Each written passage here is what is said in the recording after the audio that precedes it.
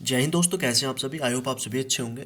दोस्तों, आज की क्लास में हम लोग जानने वाले हैं जो भी हमारे राष्ट्रीय आंदोलन हुए थे, इन्हीं के साथ जो हमारे महत्वपूर्ण घटनाएं हुई थी। आंदोलन तो आपके चल रहे थे साथ ही साथ, लेकिन कुछ इंपॉर्टेंट घटनाएं हुई थी जो आपको ध्यान रखनी है। ठीक है, बहुत सारी घटनाएं घटित हुई थी आपके पूरे इतिहास में। भारत को आज़ाद कराने के लिए बहुत सारी चीज़ें हुई थी, ऐसे ही आसानी से भारत आज़ाद नहीं हुआ था। ठीक है, तो चलिए जो भी इंपॉर्टेंट घटनाएं हैं वो मैं आपको बता देता हूँ। आपको थोड़ा सा देखिए ध्यान से देखनी है घटनाएं, और जो भी इंपॉर्टेंट होंगी उन पर मैं मार्क लगाता चलूंगा। ठीक है भाई।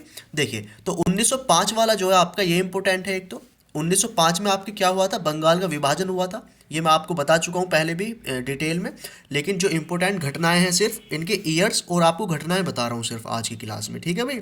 1904 वाला देखिए, अगर आप ध्यान रख सके तो रख सकते हैं, इंपॉर्टेंट नहीं है। 1905 वाली आपकी घटना वेरी वेरी इंपॉर्टेंट हो जाती है, बंगाल का विभाजन। ठीक है, करजन ने किया था, ये आप सभी को पता है, मैं बता चुका था ये चीज़ें आपको। इसके बाद देखेंगे 1906 में आपकी मुस्लिम लीग की स्थापना हुई। 1906 में आपकी मुस्लिम लीग की स्थापना हुई थी। किसने की थी? आगा खान। देखिए, पहले ये चीज़ें मैं बता चुका हूँ आपको, किसने कौन सी संस्थाएं बनाई थी जब आपकी संस्थाएं वाली क्लास हुई थी। आज की क्लास में सिर्फ आपकी घटनाएं बता रहा हूँ। ठीक है, ईयर्स यानी कि ईयर्स जो आपको इंपॉर्टेंट है, ध्यान रखनी है, वही आपको मैं आज बताऊँगा। और देखिए, इसके बाद 1907 में आपका एक सूरत अधिवेशन हुआ था। ठीक है, सूरत में यहाँ पर क्या हुआ था, कांग्रेस में फूट पड़ चुकी थी, यानी कि गरम दल और नरम दल यहाँ पर अलग हो चुके थे दोनों। गरम दल अलग और नरम दल अलग, तो दो पार्ट में डिवाइड हो चुका था आपका कांग्रेस। ठीक है, उसके बाद देखिए 1909 में आपका एक मिंटो मार्ले सुधार आया था, इसको मत याद रखना आप। लेकिन 1911 वाला जो घटना है आपकी, वो आपको ध्यान रखनी है।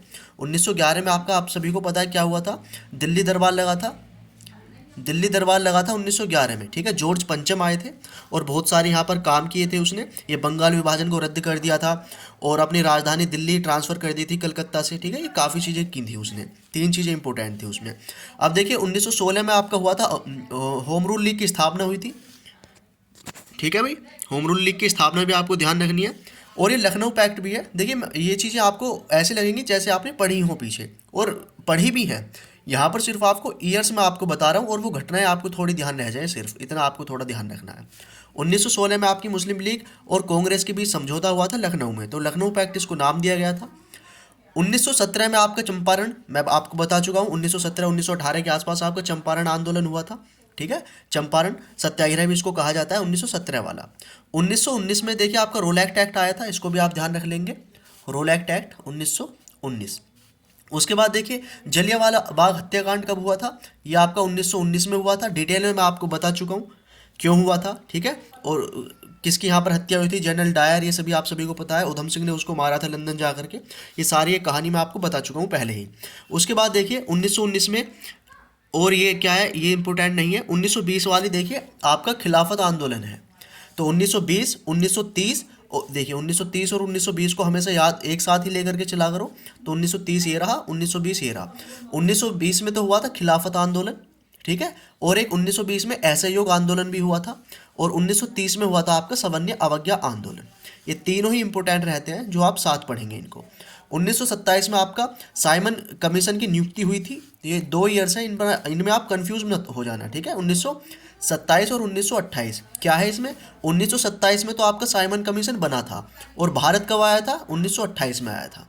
ठीक है, चलिए और देखिए, और इम्पोर्टेंट पे आते हैं थोड़ा सा। 1930 में देखिए, 1930 31 32, ये तीनों ही मैं आपको पहले ही बता चुका हूँ। गोलमेज सम्मेलन हुए थे तीनों साल लगातार।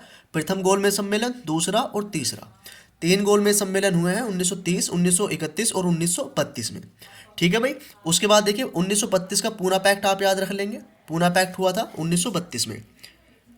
उसके बाद 1942 में आपका भारत छोड़ो आंदोलन, जो सबसे लास्ट का आंदोलन इसको कह सकते हैं भारतीय द्वारा, जिसमें गांधी जी सबसे ज़्यादा एक्टिव रहे थे। भारत छोड़ो आंदोलन, यहीं पर करो या मरो का नारा दिया था। ठीक है, और देखिए क्रिप्स मिशन भारत कब आया था, 1942 में ही आया था। 1942 में क्रिप्स मिशन भी आया था भारत में। उसके बाद ही आज़ाद हिंद फौज की स्थापना हुई थी 1943 में, और किसने की थी, ये की थी आपकी रास बिहारी बोस ने, सॉरी कैप्टन मोहन सिंह ने इसकी सूत्रधार थे कैप्टन मोहन सिंह, और स्थापना तो इन्होंने ही की थी। ठीक है, रास बिहारी बोस। उसके बाद देखिए कैबिनेट मिशन कब आया था, 1946 में आया था, इसको आप ध्यान रख लेंगे। अब देखिए जो इम्पोर्टेंट आते हैं, जब हमारा भारत आज़ादी की ओर आ चुका था 1946 में, तो ये आपका क्या हुआ था, अंतरिम सरकार का गठन हुआ था एक तो 1946 में, और आपकी एक संस्था बनी थी जिसको कहा जाता है कैबिनेट मिशन।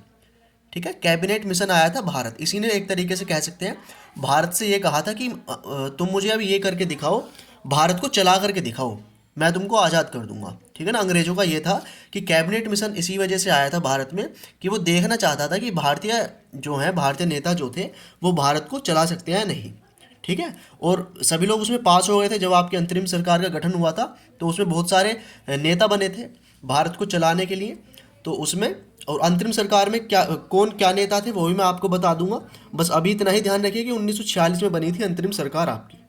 ठीक है, 1947 की आपकी दो घटनाएं हैं इंपॉर्टेंट सिर्फ आपकी। देखिए, माउंटबेटन उस समय भारत के कौन थे, वॉइसरॉय थे, जो अंतिम अंग्रेजी वॉइसरॉय थे। ठीक है ना, और आज़ाद भारत के पहले थे गवर्नर जनरल ये।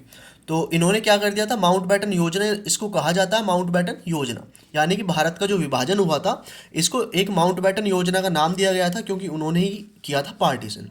ठीक है, उसके बाद देखिए 1947 में आपकी स्वतंत्रता की प्राप्ति हो चुकी है भारत को। तो इतनी ही चीज़ें हैं आज की क्लास में, छोटी सी क्लास थी, क्यों, क्योंकि आपके ये इंपॉर्टेंट ईयर्स थी और इम्पोर्टेंट जो भी घटनाएं हुई हैं, भारतीय जो भी आंदोलन थे आपके, राष्ट्रीय आंदोलन, उस समय की इंपॉर्टेंट घटनाएं हैं, यही आपको ध्यान रखनी थी। अगली क्लास में अब आपको नई चीज़ें देखने को मिलेंगी। तो थैंक यू सो मच भाई, ये नोट्स आपको टेलीग्राम पर मिलते रहेंगे, डेली ही मैं आपको डाल देता हूँ नोट्स। ठीक है ना, तो वहाँ पर आप लोग ज्वाइन हो जाना ज़रूर, और अगली क्लास में मिलेंगे। तब तक के लिए जय हिंद, वंदे मातरम, बाय।